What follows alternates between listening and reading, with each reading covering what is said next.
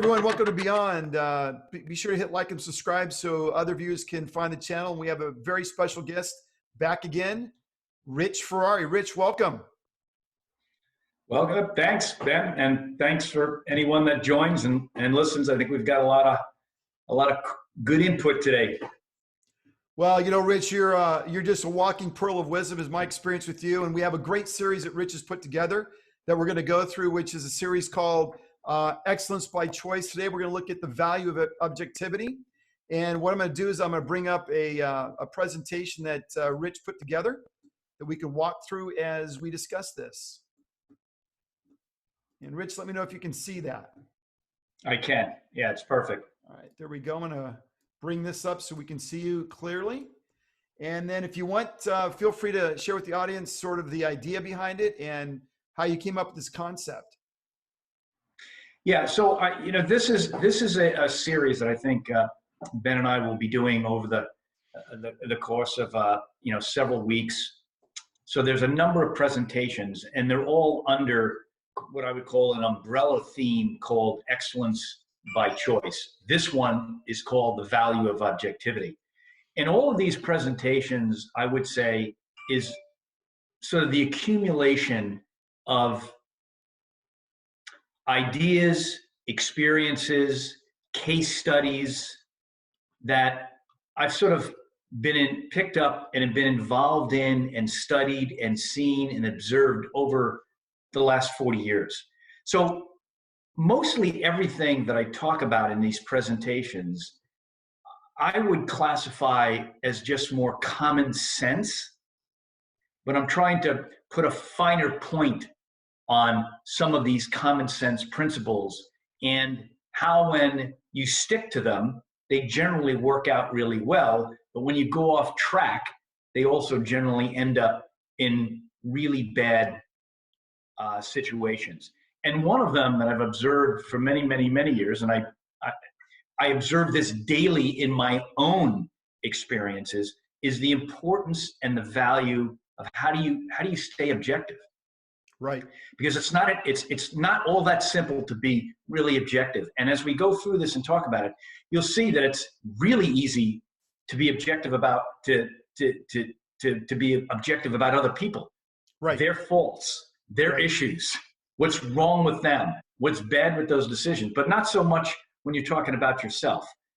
And without the clarity around this, I don't think you can make the proper and best decisions. You can't learn what you need to learn. And without those two things, your performance will suffer. If your performance suffers, likely your career or your personal interactions or whatever else that you're dealing with is just not going to be at its top level.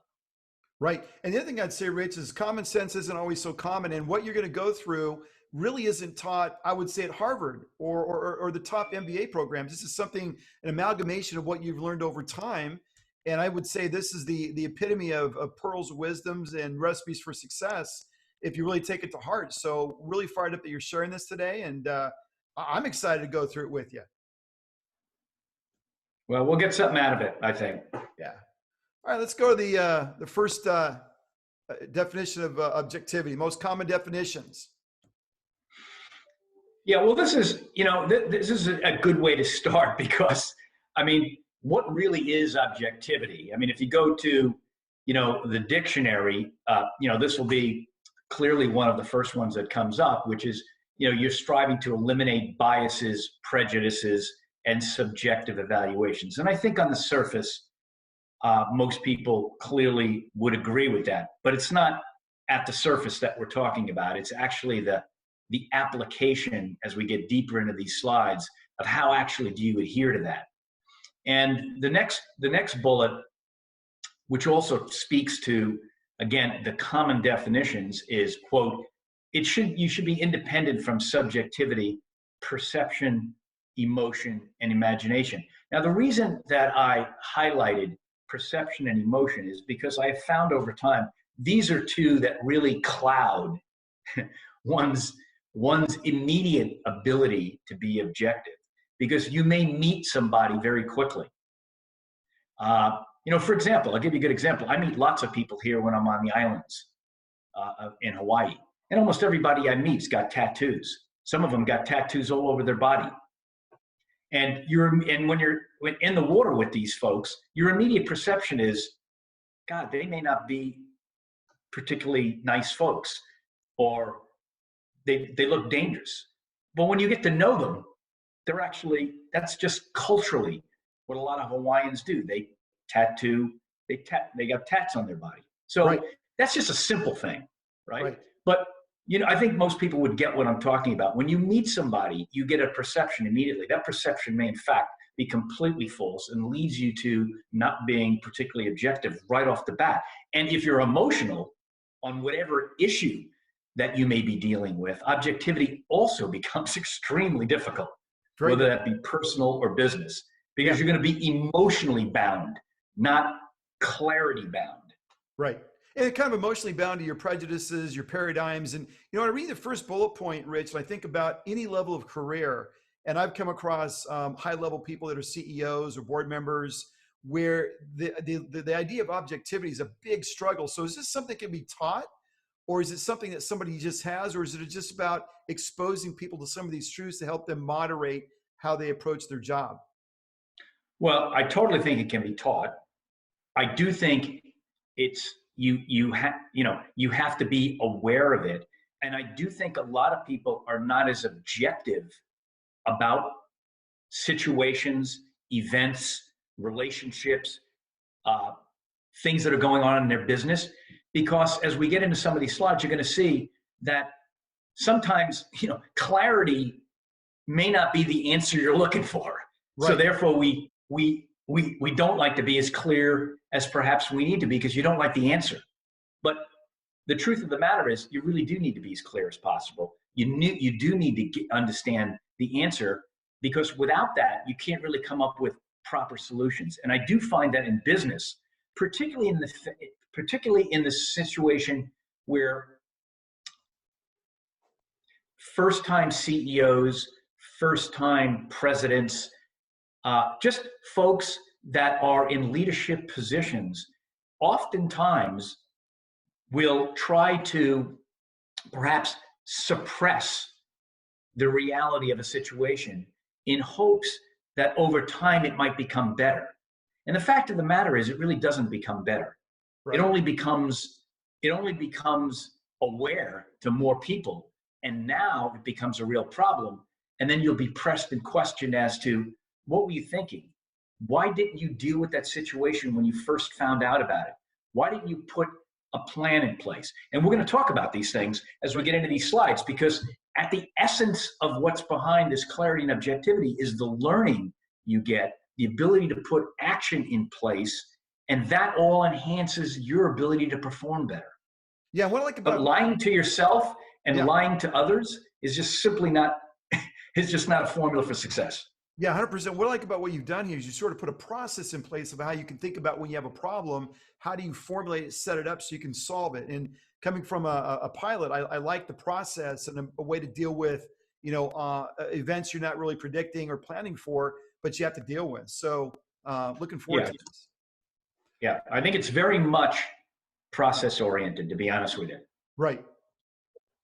So when you look at the objectivity, and we touched base on this just a few minutes ago, it enhances our abilities in what I would say really three very, very important areas. And I would challenge anyone that's listening to this to just really think about it. The reason you want to be objective whenever possible is because from it, you gain insight and learning.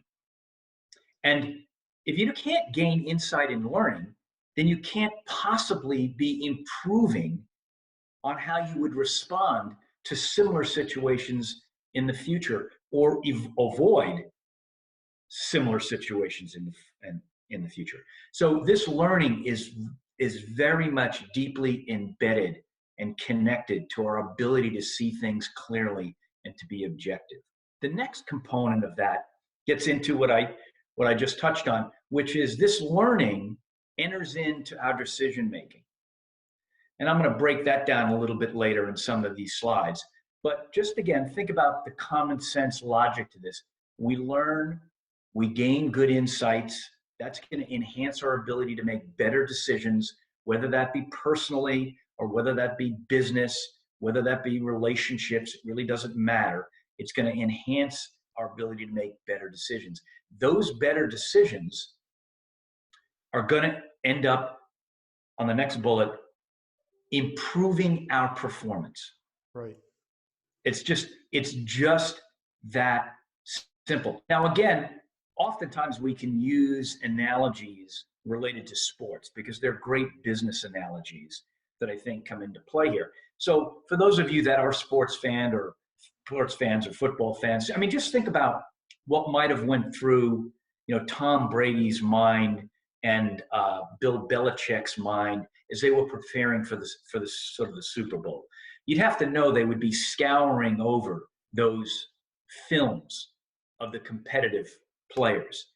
And what were they doing there? They were looking at those films and they were learning things, because that learning likely was going to come into play about making decisions with respect to their game plan.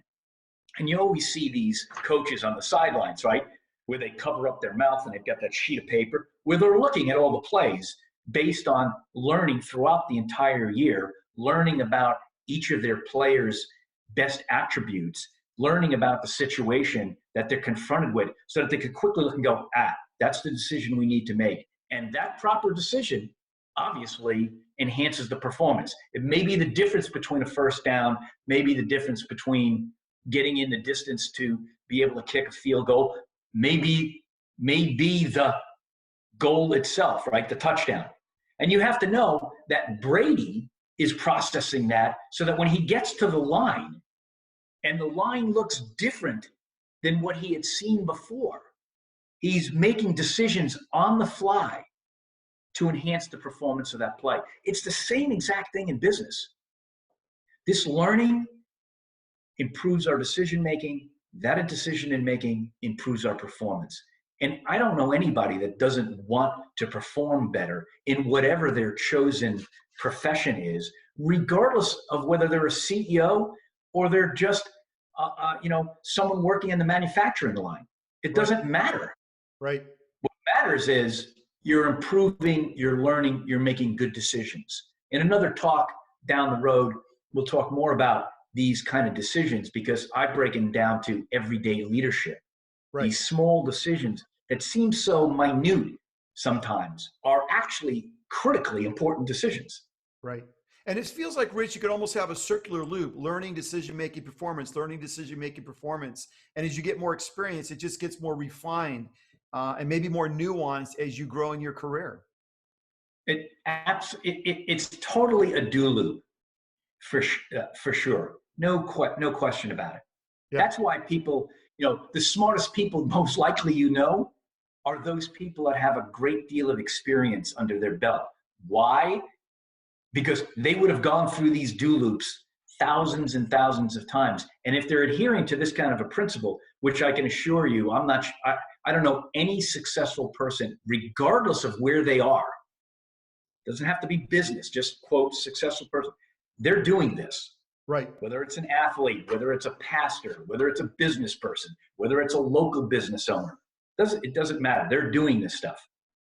Right. So this gets into kind of this is a more philosophical kind of point of view, but again, I tell you, it's a common sense principle, which I think most of you will agree with, that we are on a continuum in our life, right? Everybody goes to school, they get married, they get their first job, they're generally focused on their profession. And when you're in your profession, whether that's, again, be an athlete or it's a business person, you are, I believe most people want to perform and grow over time. So I call this my experience and learning continuum. And what's interesting about this continuum is that it's almost based in thermodynamics, in a sense, which is, I think most people think that if they go to school and they've gotten a certain level of success in certain in certain areas, that's just good enough. And that's what's represented by that sort of happy face. You arrive at a spot in your life where you say, you know what, I'm pretty successful. I've done a really good job, whatever that may be, and that's it. And we find an awful lot of people who are like that in the United States, where they work and then they just sort of retire, and that's just the end of it. But the fact of the matter is, you're never at one place for very long. Mm-hmm. And that's this principle of physics, really. Right. No matter where you are on that continuum, whether you're closer to the average, mediocrity, and ordinary phase, that's where you could be. But very easily, applying, I think, some of the things that we're going to be talking about here, you could be moving along that continuum to learning extraordinary and excellence. Well, what's the difference? The difference is you have to be kind of a continuous learning mentality. You have to be just what I said earlier. You have to be objective. You have to learn. You have to make better decisions. That enhances your performance. But that's not like a one-time thing. That's an everyday thing, an all the time thing.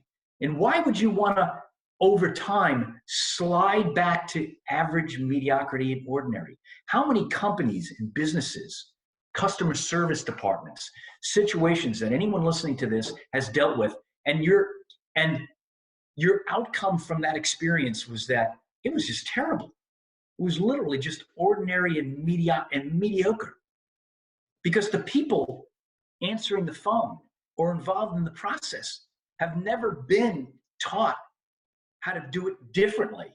So they've just accepted average, mediocrity, and ordinary is good enough. But how cool is it to deliver extraordinary experience? Yeah. How amazing is it to continually learn? How amazing is it to develop excellence? You know, I just heard an interview recently, I mean, literally in the last 2 weeks, with Bill Gates. And the interviewer asked him, you know, kind of an unusual question, I guess, for Bill Gates, which is, Bill, do you regret leaving Harvard? You know, dropping out of Harvard. You are a, quote, college dropout. Does that bother you? And, you know, I love Bill Gates because he's such an amazing thinker. And basically, his answer was just a beautiful thing. He said, no, he said, but not for the reasons that you might think. He said, because I continually take courses, college courses, online, of course. He says, I'm continually learning and expanding. So from the standpoint of I was a college dropout, I didn't stop learning. I embedded learning into everything that I do. Now, this requires discipline, right? And there's a lot of people who just say, yeah, Rich, listen, I don't want to deal with that. I just want to work in my job. I really don't care. I can never get above, you know, this level. You know, I have to tell you, you can get above that level.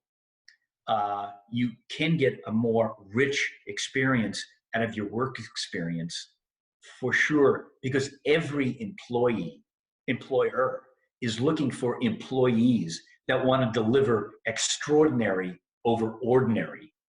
They want to deliver excellence over traditional, guaranteed. Right. And that is a richer experience, and I think much more fulfilling for anybody, again, regardless of what it is they're doing. This transcends what your position is. Yeah. And you know what, Rich, when I look at this, it's so intuitive, it's so obvious, and it certainly can overlap into your personal life. I think that's also very important. Beyond just the work, work life, having excellence is your mantra is important. But the fundamental question is, at some points in people's career, they hit a wall and they get depressed, they get discouraged.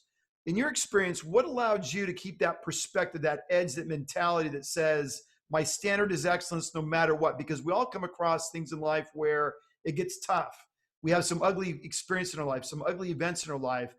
What is it about you and your philosophy that allows you to sort of power through that? What advice could you give the audience about how to think about dealing with problems and still maintain this extraordinary excellence perspective? Yeah, well, let's go to the next slide, because this was like a 30,000 view. Yeah. And this is a little bit more granularity to your point. It's essentially the same graph. Go ahead and put it up. But in it now, you'll see with a little, no, we missed the one that's got might be one slide ahead. Yeah, it's one slide ahead. Maybe not. All right. Do you want to go through this one? There's the one that has the steps. You got that one? Yeah, it's all in here. This one. Yeah, that one. Yeah. So we may have to go back one. That's good. That's the one. Yeah. So when you drill down on this a little bit more and you look at that, that continuum in a little bit more detail, it's exactly what you said, Ben. In your life, you're going to be on these flat periods. And of course, again, if you're learning and you're making decisions correctly and you're enhancing your performance, you'll scale these plateaus. And presumably, you'll be moving along in a much more positive situation. Now, what do you do in the situations where that just doesn't happen? You're doing, or at least you believe you're doing, all of the steps necessary, yet you just keep hitting the wall. Right. And that can become very discouraging, and you sort of lose hope. Right. What I would tell you, on this is that, again, I think over the long period of time, the outcome for you will always be better if you have a mentality of whatever you do, do it well. Now, that statement right there, we'll hear about in another presentation down the road. But one of the places that you gain phenomenal insight in terms of life and business, and there are thousands of business books that are constantly written. I try to get the ones that I think are the most interesting. In fact, I just got one, How Leaders Lead. But what's very disappointing oftentimes in those books is dealing with this question that you just asked. However, if I were to go to the Bible and say, and look and kind of study, how do you get around these problems? You get around these problems because it was identified over 2,000 years ago in Ecclesiastes that whatever you do, do it well. And in that simple statement, whatever you do, do it well, Ecclesiastes 9:10, it sort of states that even though you're hitting these hurdles, over time, you will in fact scale those plateaus, because that's what people are looking for. And you can change your situation. You can, in fact, go and look for another position or another job, albeit I realize change is difficult. And we oftentimes don't like change very much. But once again, we shouldn't have fear as something that is holding us back from that. We have to have, for those of us that enjoy the depths and the richness of the Bible over 2,000 years ago, that points to very basic business and relationship skills. That if you have the mentality of, I'm going to do the very best that I can do every single day consistently, that I will in fact end up where I'm supposed to be. I've been given talents. Every person has talents and gifts. It's just a function of trying to identify where your talents are best suited and then put yourself into that position.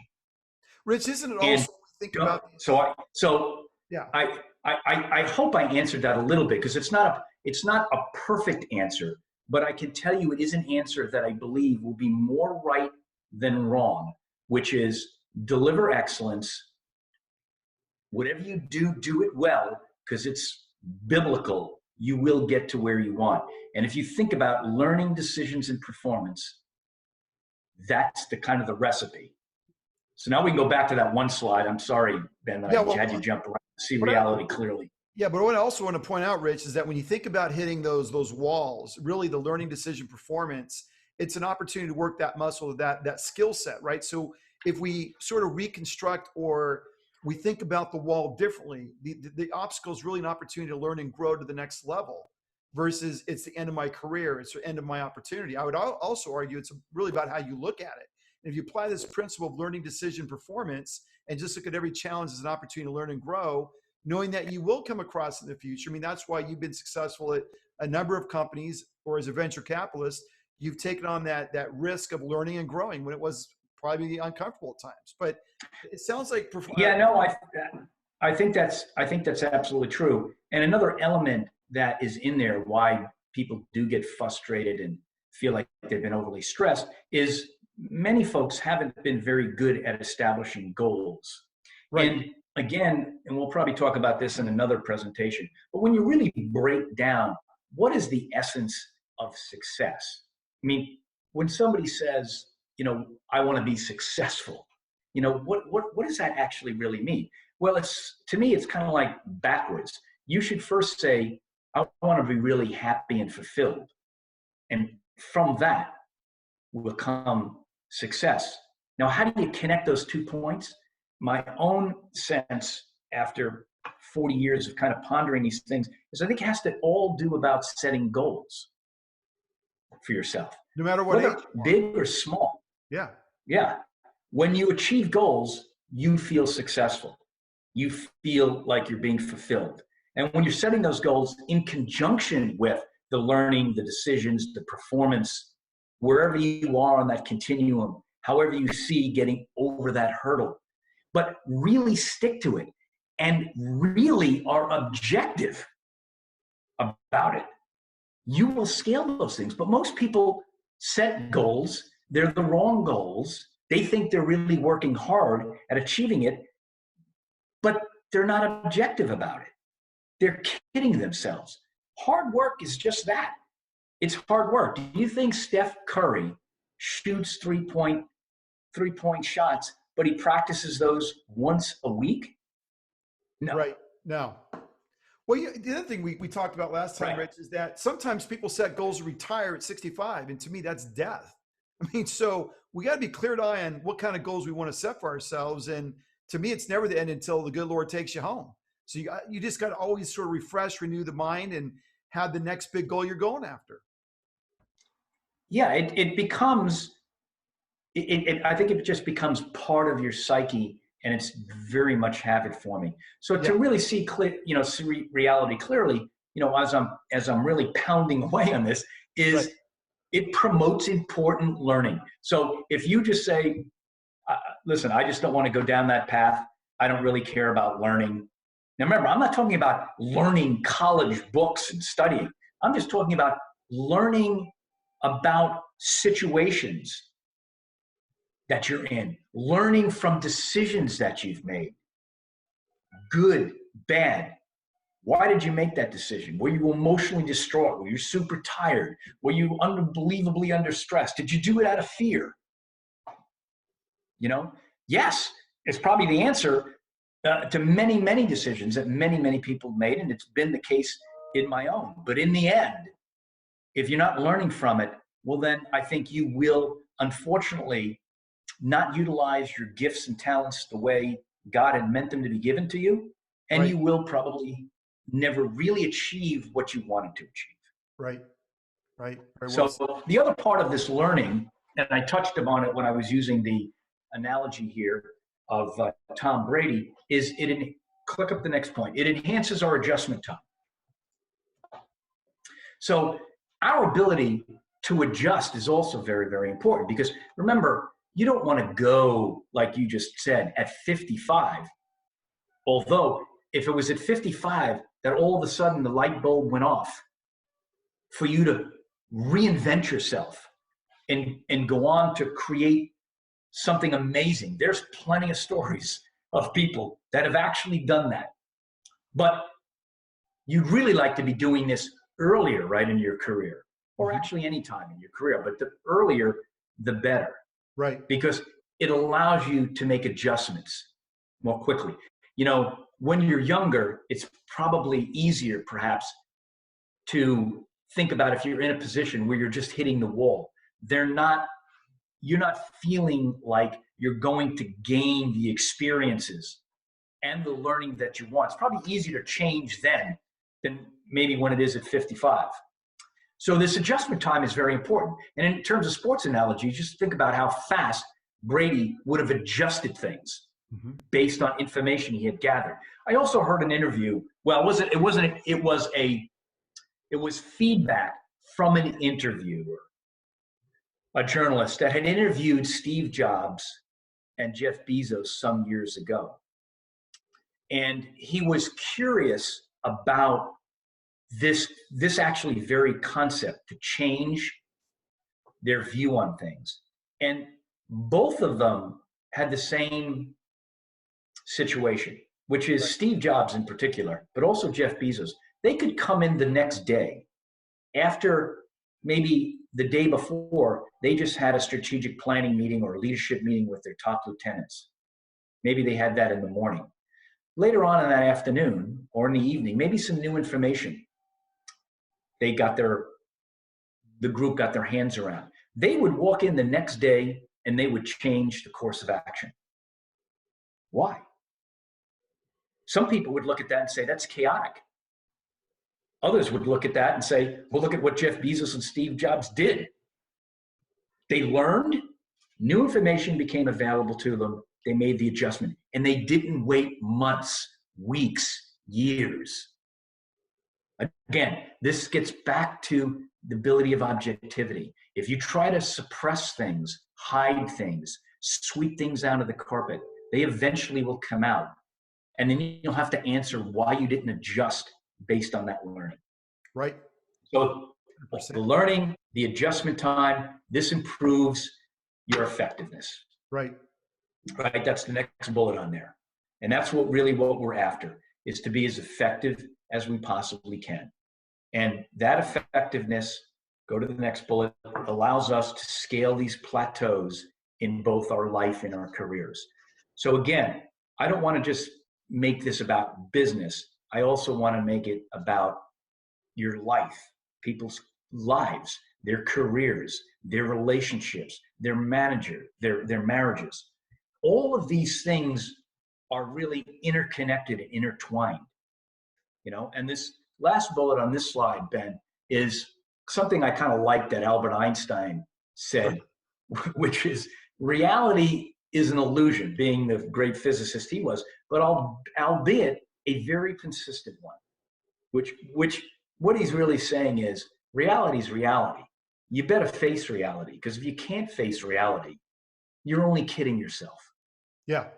So, Well, it's interesting, Rich, when I think about, in business, it's not life and death necessarily. It can be for a business, and in time, it will be life or death for the CEO. He may not be there, she may not be there. But when you think about Navy SEALs or fighter pilots, when they get into scenarios, you know who has to see reality really clearly? Navy SEALs, because it changes on a split second. So you gotta assess things really quickly, like Brady up at the line, and make sure they're really clear-eyed, because the leaders of a SEAL team are responsible for his team and other people. And so there's certain professions that really promote this idea of you better be really clear and objective in what you're looking at. Otherwise, it really is life or death. Yeah, no, it is. And in the SEAL situation or a pilot situation, that really is true. Absolutely life and death. In the business world, it's not so much life and death, but it is life and death of your career. Right. I have seen, and I've been on boards where this has happened. I've seen a number of CEOs who were not very objective. They did not want to address the issues at a board meeting in hopes that by the next board meeting, it would disappear. And unfortunately, what happened in that 6 or 8 week period of time, it ended up festering and becoming a cluster mess. Right. So now it's been elevated actually to a board decision, so much so that you've had to let them go. Yeah. They got fired. So it was life and death, so to speak, of their career. Yeah. Right? It's real. Or it could be life and death as it relates to your marriage or your relationship or anything else that's going on. So this is so critically important. Yeah. 100%. All right, next slide. So this is we did that one. Yeah. So back to that should one. be at the glasses, I think. Yeah, it's coming. Let's see if we can, there we go. That's all right. There we go. So my message, and we've got a few more slides to this, is think about this conversation that we're hearing for everyone that really listens to it, is this is not a fashion statement here. don't wear rose-colored glasses. When I was growing up, I don't know how many people say this today, but when I was growing up, I often heard this expression, don't wear rose-colored glasses, because that's is at the essence of what we're talking about. People wear rose-colored glasses because they like things to look better than what they really are. So if you're seeing the world through rose-colored glasses, I think ultimately it's going to limit your ability in whatever it is you're doing. Now, in its most perverse and damaging form that many people will be able to relate to if you're wearing rose-colored glasses, is that the impact on yourself might be one thing, but it may also be tremendously impactful to many others. And let me give you two examples of classic examples of this being in its most perverse form, right? Bernie Madoff. I'll give you three. Bernie Madoff situation, the subprime. Remember that a few years back? Yep. The catastrophic dismantling that occurred through the subprimes. And one of my favorites, and it's actually a very cool book to read, Bad Blood, was the story about Theranos and Elizabeth Holmes. Now these and I'll add a fourth one, Enron. Here's four examples of where very smart people, lots of people, board members, super astute individuals, they all had rose-colored glasses on. And what's sad about these experiences, when you're in a position where you're responsible for many others and you've got these rose-colored glasses on, it comes out in the most perverse ways. Enron financially destroyed 401ks of millions of people. Right. Bernie Madoff destroyed the wealth of many, many people. Subprime destroyed the wealth of many. But the worst, in my opinion, being a medical device guy, is Theranos. Right. They had such bad rose-colored glasses on that they had deceived not only themselves, but went through a process of deceiving everybody that came through the door, that their product actually worked. And patients got clinical information that was wrong and put their lives at stake. But this is what happens when you don't deal with clarity, when you're not objective. These are just monstrosity of examples. But you could break that right down to the most minute decision someone makes in their personal life or their business life, and that goes on every single day. And that's just, I think that's just sad, because at an individual level, it really damages ourselves. It really damages, again, the gifts and talents you've been given. So you go through your career unsatisfied, unfulfilled, never reaching your potential. A career unfilled with stagnation, disappointment, frustration for choices we made, when all you really needed to do, in my opinion, was focus on some of the things that we said earlier in these slides, which is learn from the decisions. Doesn't make a difference if they were bad ones, learn from them. Right. Make better decisions going forward, adjust what you're doing, and enhance your performance. Yeah. It's just so vital. This is such a great analogy, Rich, this rose-colored glasses. And to me, there's a psychological component that people intentionally put on rose-colored glasses because they don't want the psychological pain of dealing with the issue of the disappointment. So if it's a newly minted CEO, he's trying to project to the board that I'm confident, or she's trying to project to the board, I'm confident, I know my stuff, you can have trust in me. And really what the board wants to be there for is they know they're not experienced as they could be in the future, and they're there to help at some level. But somehow there's this psychological component that says, I'd rather put the haze on of rose-colored glasses than deal with the problem in my personal life or my professional life. And it's really fascinating because it's right there in front of them, like Theranos and Elizabeth. It's right there. And yet the premise just blew my mind. And the people she got in, Schultz and the Secretary of Defense, all these, Kissinger, it just blew my mind that these really smart, astute people, she was able to project something that was so off. Right, right. Absolutely off. And consequently, it had tremendous repercussions and damaged a lot of people. Yeah. And so I see this as such a very important point. And you're right, Ben, this kind of what I would just call common sense, street sense that I've sort of picked up over the years isn't really taught. Or at least I haven't seen it in any coursework, Right. or anywhere else, because it just isn't.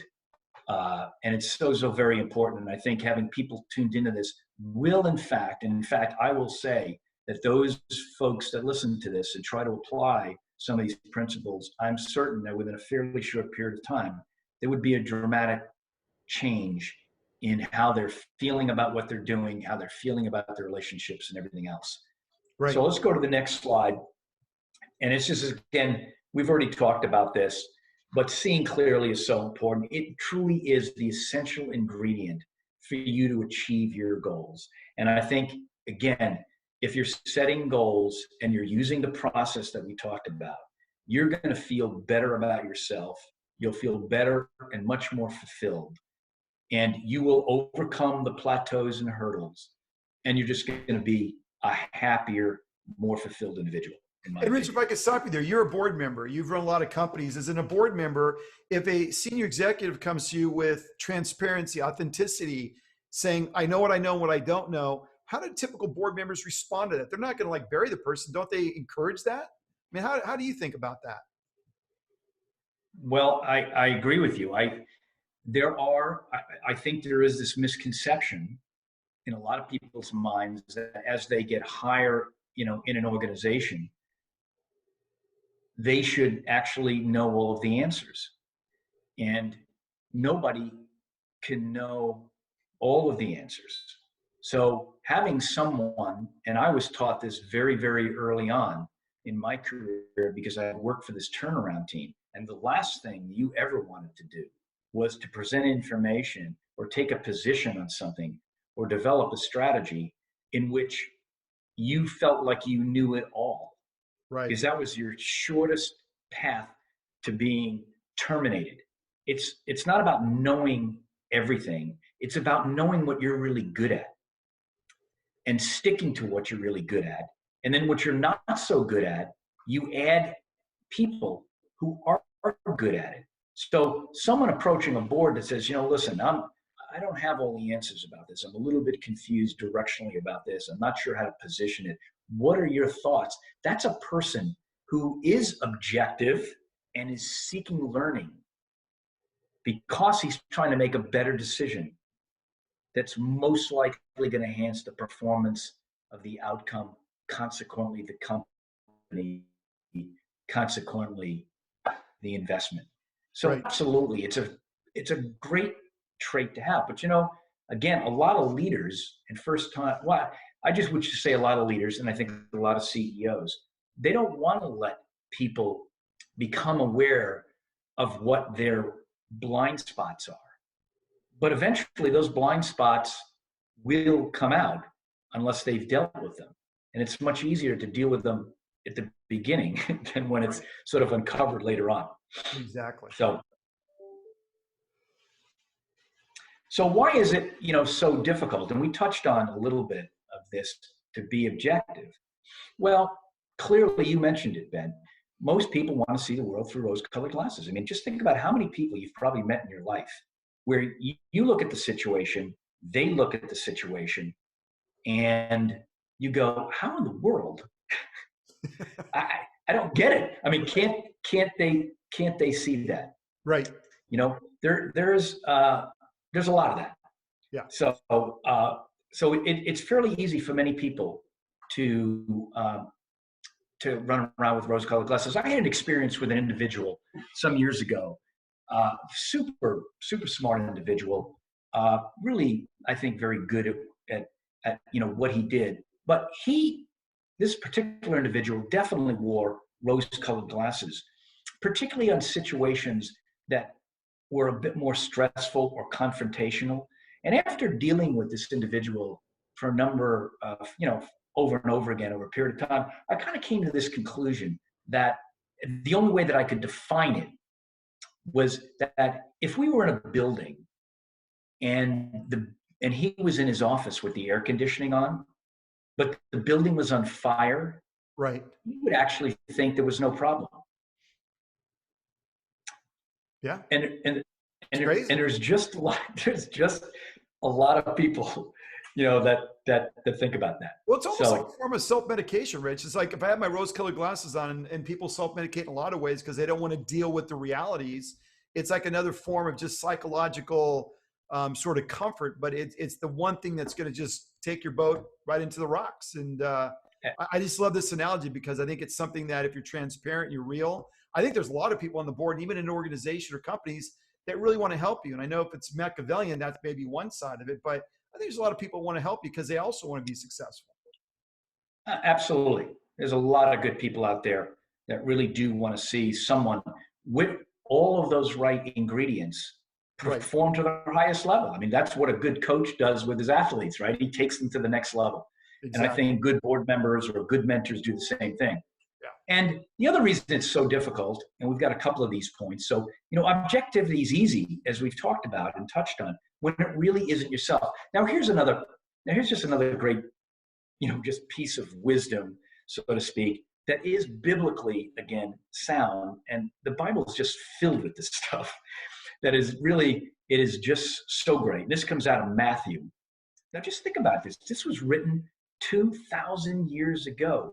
Yet in Matthew, there is a passage, essentially, well, it's not essentially, there's a passage in Matthew that basically says, brother, how can you see the speck in your brother's eye, but miss the timber in your own eye?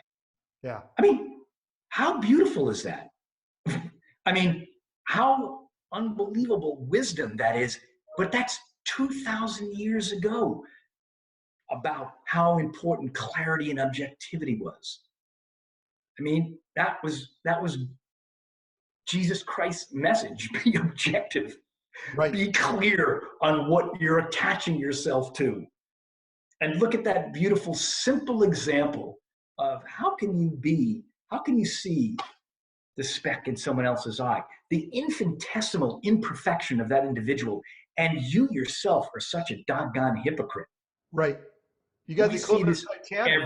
Listen, what's funny about this one is if you think about just sometime this week, somebody that's listening to this, I guarantee you will be confronted with this. You'll be on, well, you live in Southern California. And if we didn't have COVID-19, you'd probably be in back-to-back traffic, jam stacked up. I guarantee you that somebody would have jammed in front of you. You might have flipped them off, gave them the bird. And you never really realized that, who knows what they went through that day. But you were making a judgment call that they're a jerk. Right. Or some weird little situation here maybe will spark this thing to go off. You're right. How can I point out the imperfection of that individual when I'm doing the same doggone thing? I'm cutting people off. Right. To get better position in the traffic jam, right? Exactly. So anyway, the next bullet also I think is also one, which is again, really, really true, right? When we have kind of an issue, where do we go for input?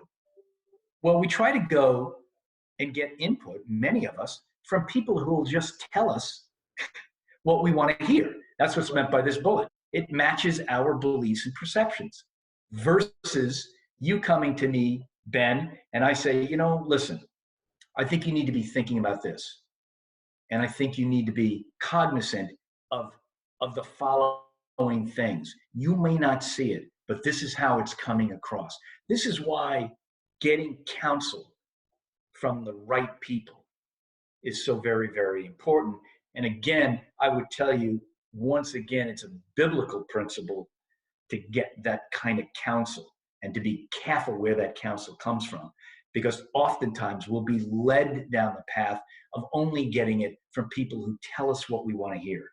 And that doesn't help you because it's not clearing up the unclear areas. Right. It's like you're flying an instrument flight rules, IFR, you're in the clouds and you don't have instruments to sort of see your way through it. And the other thing that sort of strikes me is how does ego play a role in beliefs and perceptions, right? Because if you got a big oversized ego, because now you're the CEO, how challenging is that for CEOs to work their way through to get objective? Well, it's massively important. And there's been a lot of, I think, good books that have pointed to this and good insights that what are most employees looking for from their manager, VP, CEO, or what are we looking for in leaders? One of the key ingredients, and we're going to talk about this in another presentation as well, is this thing called authenticity. You know, we hear this, but what does that really mean? That means somebody is really real, is really true. Their only reason for whatever it is they're doing is for the benefit of you, the organization, and everything else. They're not putting themselves first. And again, I have to keep harping on this, but that is another incredibly clear biblical principle. And in every single book I've read, and the one that I just told you about, How Leaders Lead, it's got 12 people, I think, on the cover. Maybe it's 9 on the cover. Not one of them is Jesus Christ, and he should be dead center in there. Because everything that's in this book of How Leaders Lead, one of the core things is that authenticity, that giving others credit for what gets accomplished, because you can't do it yourself. That service mentality, having a mentality of providing service, a humble approach, giving the team the credit, right?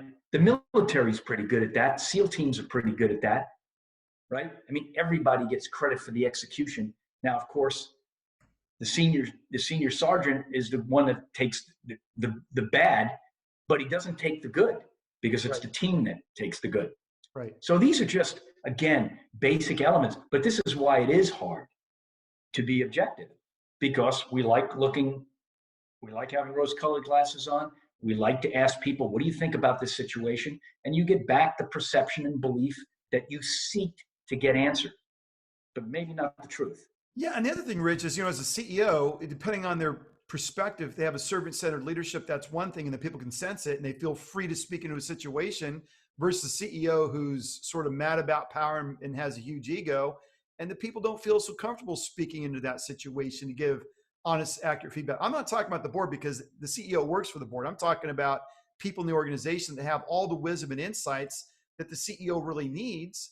How do you work through that if you're an employee with the CEO like that? I mean, what you're talking about is exactly where CEOs should be, but oftentimes you find these people that they haven't begun with the end in mind. They don't realize they're not going to always be in that position, right? And yet they come in with a lot of energy, and people just tap the brakes and back off and are afraid to share anything, and for fear of maybe losing their job or promotion.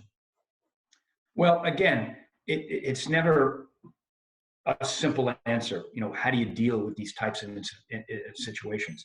And there are really controlling CEOs and leaders who don't want to take anybody's input. And I would just tell you that if that's a situation that you're in, I think you really need to look at thinking about shifting into a different situation where you're working in an environment that thrives on kind of input and discussion. Maybe it doesn't take your exact point, but it's a gamish that gets altered, in which you had a stake in it. One of the things, again, that I feel very, very strongly, and particularly in leadership positions, is that everybody needs to feel like they're contributing. And that's why I think people feel like it's a dead-end job, because they never even break down maybe the most simplistic things that they're doing, that they actually are contributing, because they're not in a situation that sort of promotes it. Most people are super happy and fulfilled fulfilled when they believe that they have a purpose-filled job. In other words, they come into work with a purpose. There's a reason behind what they're doing, which is really what's really kind of cool about the medical device side of the equation, right? And when I try to instill, at least in all the organizations that I'm in, right down to the person in the clean room, the device that they're making is going to be inside somebody's body. That device isn't built to excellence. It isn't built to the best possible criteria. Could be a catastrophic event. Right. So people need to feel empowered. They need to feel like they can make the decisions, and they do need to feel like it's purpose-driven.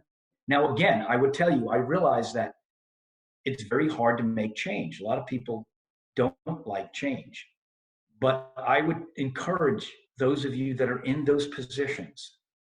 I'd rather say to you, make the change where you can utilize your gifts to your abilities, because that's what they were given to you for, than to stay in a dead-end job where that's going to be suppressed, compressed, homogenized, because you're going to end up looking back on all of the 30 years or 35 years you could have made that change, and you're going to be dissatisfied. And I don't think there's any reason for that. There's lots of employers looking for people who want to deliver excellence. God, that's the most amazing ingredient within an individual. So, yeah, absolutely. Last point's good. And I think we've touched on this. Confronting the brutal facts is never easy. But we've seen this a lot in business, right? Again, things aren't what they need to be. I mean, sales aren't where they need to be. Why? Well, remember, before there were the computers, where we have lots of metrics that we collect today, you could still collect metrics around what was going on at the account level, what was going on with product quality, what was going on with your individual sales force, right? Well, you can come up with a lot of reasons why maybe sales revenues aren't achieving what they're supposed to achieve. But unless you're really honest about the fact that maybe the product has terrible quality, or maybe the product doesn't fulfill the needs of the physician, so your sales force is out there flogging, trying to make sales, but they're immensely handicapped. Right. Or the fact that you've got the wrong district or regional managers in place. So many reasons. But again, facing those brutal facts requires you to do something with it. It requires you to put some action in place to come up with better decisions. Mm-hmm. And a lot of people just don't want to deal with the brutal facts about their business. I think a lot of small businesses, forget the medical device industry, a business related to, installing carpets or windows or, oil changes. They just don't want to, they don't want to accept the fact that, man, I've been working 25 years. I built this thing up. It's generational, yet it's never grown. Why? And that's why The Prophet on CNBC is such an amazing show. Oh man, that guy. Because that's what he deals with, the brutal facts that nobody wants to deal with in business. But it's the same in relationships. I think in interaction with people, sometimes you're stuck in a relationship. You don't want to face the brutal facts that this isn't going to get any better. Right. Yeah. True. So the other part of that is it's usually accompanied by stress. I think we've touched on this. Yeah. These facing brutal facts, these thoughts about having to make change are generally accompanied by stress. And I believe that these are toxic elements that get in the way of people making decisions. And again, I would tell you, this is biblical in my mind, is that the Bible tells us that we are not given a spirit of fear. Right. We're given discipline, sound mind. If you implement that, you'll get over the fear, you'll get over the stress, you'll believe that you can surpass these things because they're self-instilled. Right. But that's the essence of it. Yeah. Self-instilled versus self-inflicted. Yeah. We'll move quicker now. because Okay. there was a lot of meat on this stuff. Again, we've talked about these three elements, but these are really the ingredients. Learning, we talked about this. Decision-making, which relates to action. Action enhances performance. So if you get confused about those three things, think about this little flow chart. Objectivity directly goes into learning. You take that learning, develop the action plan, port it over to performance, and then you circle back to more learning. This is the do loop we were talking about earlier. Right. This is something, it's a discipline, it's a habit. It's like getting up every day and exercising or whatever it is that you do, meditating or anything else, but it's a do loop. And after you do this, in fact, many of you might be listening to radio stations that say, oh, take the 30-day challenge. I would tell you, take the 30-day challenge here. Yeah. Think about any situation that you're in. Try to be as objective as you can. See what you can learn from it. Put an action plan in place, i.e. decision-making, and see if it enhances the performance and outcome, and just keep iterating on that. Yeah. Surest way to success. Now, if we were to grind that down even further to implement this is a process I guarantee you 100% of the time works. But of course, you have to identify the right problem first. But if you identify the right problem, you're always going to be thinking about some solution sets. Yeah. Okay? Every problem's got 2-3 different ways perhaps to solve it. Some will be better than others. You try to pick the best one possible. You put it into an action plan. We do this in business all the time. I use this principle every single day. I'm confronted with a situation, whether it's, a quality problem, a manufacturing problem, an issue with the FDA, whatever it is. In fact, I just use this exact sequence with something dealing with a company problem. Mm-hmm. And we looked at the different solution sets. We picked what we thought was the correct action plan, and then we put it into gear. Now, here's the beauty of this. This is why this is so elegant. There's only 3 outcomes. You either nailed it right off the bat, okay? And oftentimes, we won't nail it right off the bat. I mean, just think about any situation. You're in a sales situation. You called on this physician. It didn't go quite well. The group purchasing group wasn't what you thought.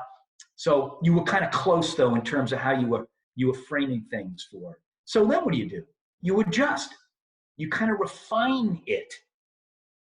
And then you go back at it. Or it's not effective, which happens a lot. Right. We identify the problem. That could be the right problem. The solution we thought was going to be the right one just wasn't. We put an action plan in place, and then we didn't do anything. We didn't verify.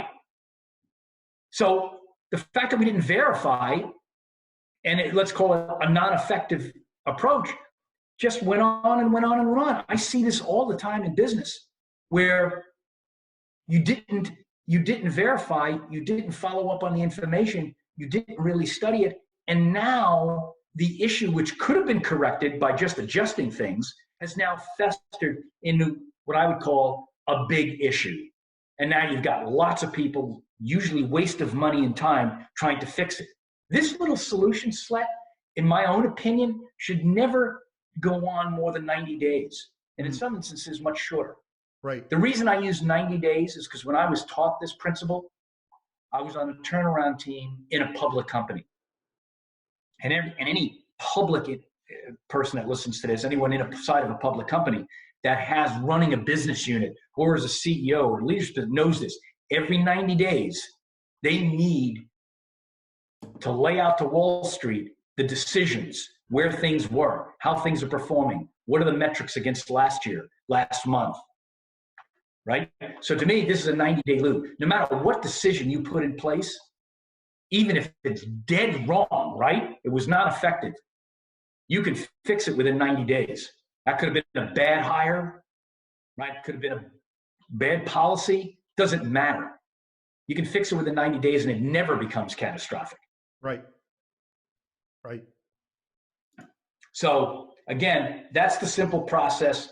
The 4 pillars to that, I sort of really hammered out for you. I hope you identify and identify correctly. You implement, you observe, and you verify.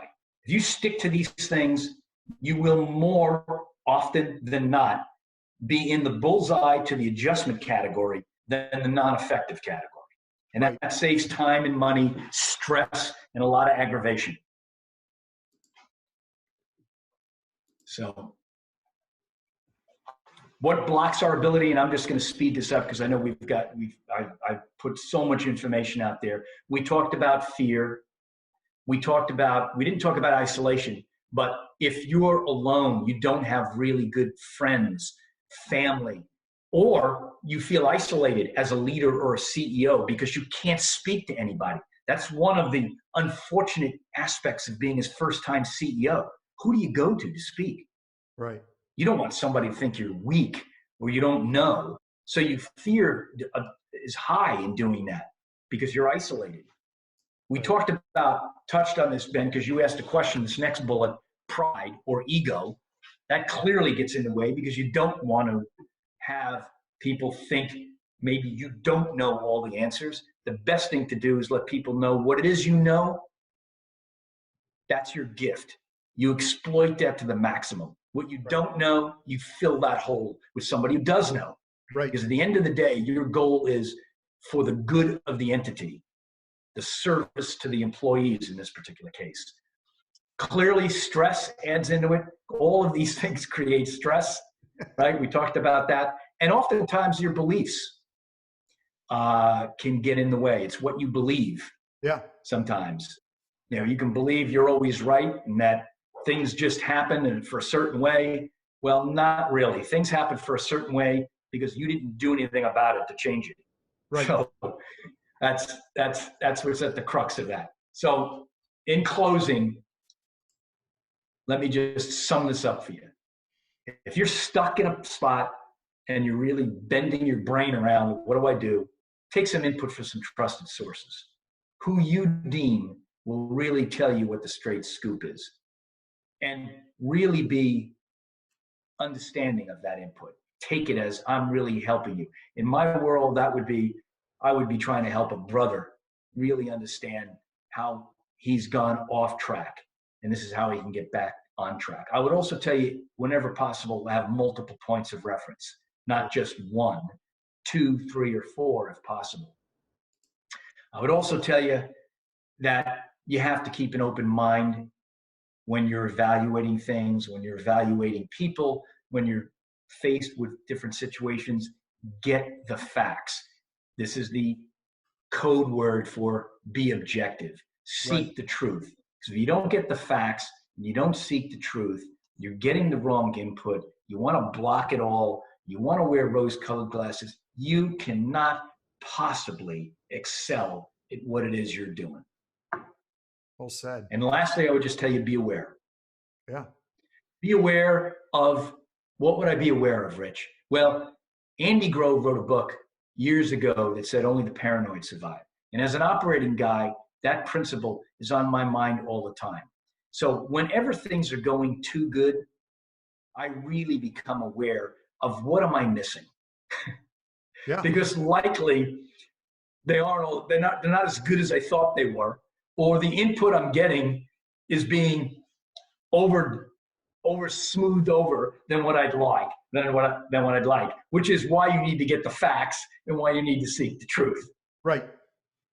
So I love this. I think that probably sums up the issue of this is not a fashion statement. This is bad. Yeah. Wearing rose-colored glasses. Exactly. Rich, that was awesome, man. That was a lot of information packed in a short period of time. And I know my experience with MBA programs and even in most of my business life, you don't come across this information. So what you've been able to put together and amalgamate, I think is very impactful. And I hope the audience can have a chance to review it and really think about it. I think that one screen, that do loop, plan, do, act, check, but really go through that process of bullseye or adjust or totally trash and start over. To me, sort of sums up this presentation. But in that requires a clear-eyed perspective, seeking the truth, and being ego-free, if you will, to really get the talents around you to speak into it, whether it be the board or the people that are working for you. Yeah, and this may be, again, I challenge people to take the 30-day challenge or the 2-week challenge. Try to think about these principles because it's not easy to do. It really does require some discipline. And, anything that requires discipline, you have to do it for at least for a period of time, longer than a week generally, before it begins to get into kind of habit form.